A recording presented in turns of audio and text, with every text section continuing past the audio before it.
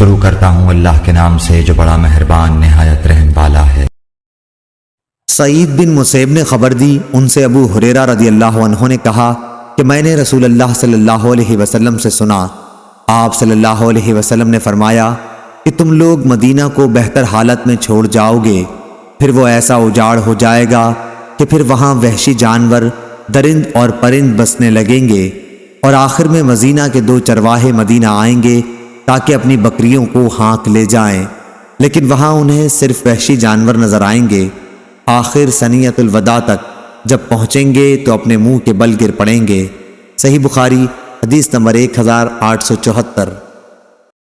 امام مالک نے خبر دی، انہیں ہشام بن عروہ نے، انہیں ان کے والد عروہ بن زبیر نے خبر دی، انہیں عبداللہ بن زبیر رضی اللہ عنہ نے، اور ان سے سفیان بن ابی زہیر رضی اللہ عنہ نے بیان کیا کہ میں نے رسول اللہ صلی اللہ علیہ وسلم سے سنا کہ آپ نے فرمایا کہ یمن فتح ہوگا تو کچھ لوگ اپنی سواریوں کو دوڑاتے ہوئے لائیں گے اور اپنے گھر والوں کو اور ان کو جو ان کی بات مان جائیں گے سوار کر کے مدینہ سے واپس یمن کو لے جائیں گے۔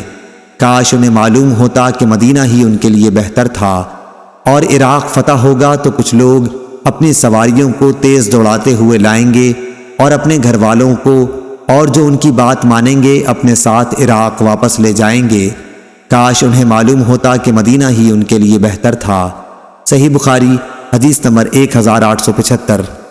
عبید اللہ عمری نے بیان کیا، انہوں نے کہا کہ ہم سے خبیب بن عبد الرحمن نے، ان سے حفص بن عاصم نے، اور ان سے حضرت ابو ہریرہ رضی اللہ عنہ نے بیان کیا کہ رسول اللہ صلی اللہ علیہ وسلم نے فرمایا، قیامت کے قریب ایمان مدینے میں اس طرح سمٹ آئے گا جیسے سانپ سمٹ کر اپنے بل میں آ جایا کرتا ہے۔